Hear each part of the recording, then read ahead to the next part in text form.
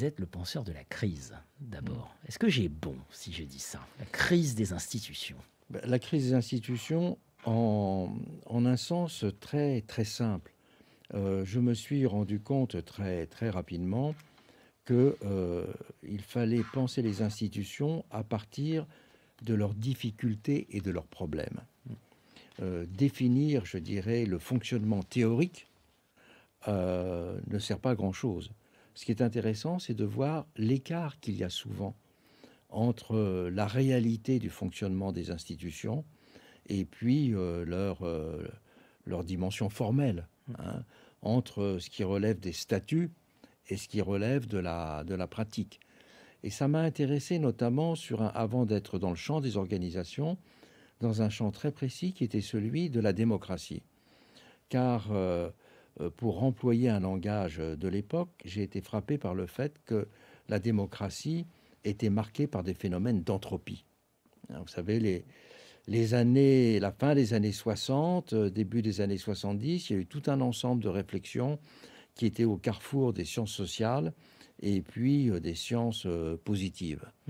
Et toutes les réflexions justement sur ce qu'était la cybernétique, ce qu'était le fonctionnement de la biologie, le deuxième principe de thermodynamique, tout cela a infusé dans les sciences sociales, à travers, en tout cas ce que je n'ai retenu, cette notion d'entropie.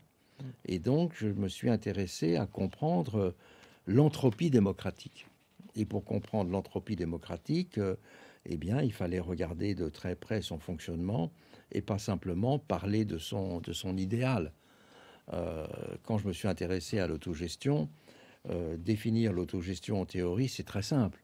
Mais ce qui est intéressant, c'est de voir, quand on veut la mettre en œuvre, où sont les difficultés, où sont les problèmes, pourquoi les choses ne marchent pas aussi bien qu'on l'attendait. Donc, j'ai toujours pensé que le but de la réflexion intellectuelle, c'était de comprendre pourquoi la réalité résistait en quelque sorte à nos intentions, à nos désirs, ou résistait à nos illusions. Donc, j'ai eu cette vision réaliste qui, pour moi, était une manière également de penser justement le rapport positif au changement de la réalité.